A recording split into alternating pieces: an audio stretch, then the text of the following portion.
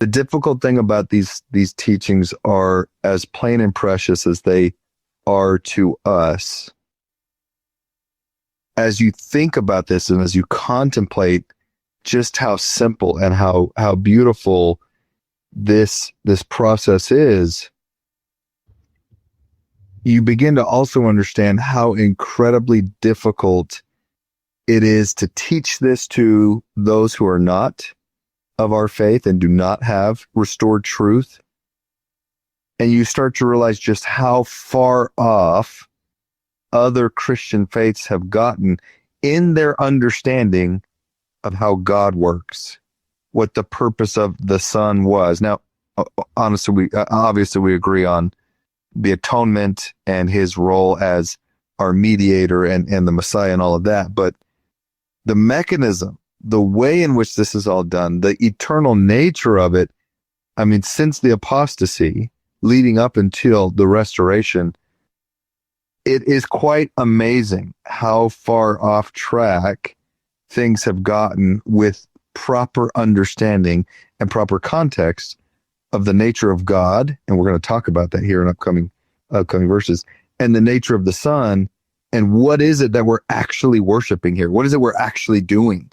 And our concept after the restoration of the gospel, it should be dramatically different than the way a lot of other Christians think about this, because of the revealed truth that we have. And section 93 is laying this out as plainly as I think the Lord is, what would you say, almost allowed to. I don't know that he's able to lay it out more plainly. He's removing the veil. Yes, exactly right. That's exactly right. That veil that Moses put over it in the Old Testament writings, he's removing that completely. And I just think this is very important, this concept of how Jesus came to be the Son of God. It was not that he was just, he was absolutely foreordained for the role, right? His birth was very purposeful. Okay, his bloodlines, his lineages were very purposeful. He was foreordained for the office. But just because of the circumstances of his birth did not mean that he automatically qualified for the fullness of that.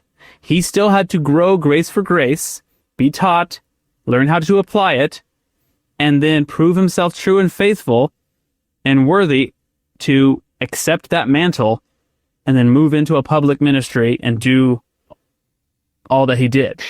And that's important. Let me finishing my thought. That's important because it makes him relatable to us.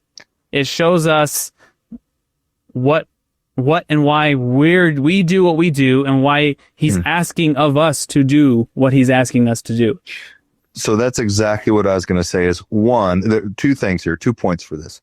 One is the fact that the Savior had to go through the same pattern we are asked to go through, the same process.